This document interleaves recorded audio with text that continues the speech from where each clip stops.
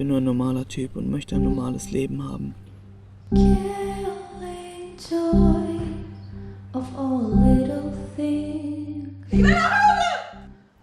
Also deine Mama hat Korsakow-Syndrom. Korsakow?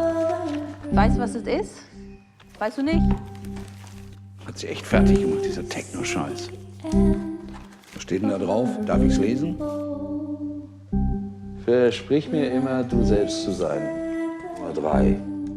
Versprich mir nicht zu vergessen, mich umzubringen, falls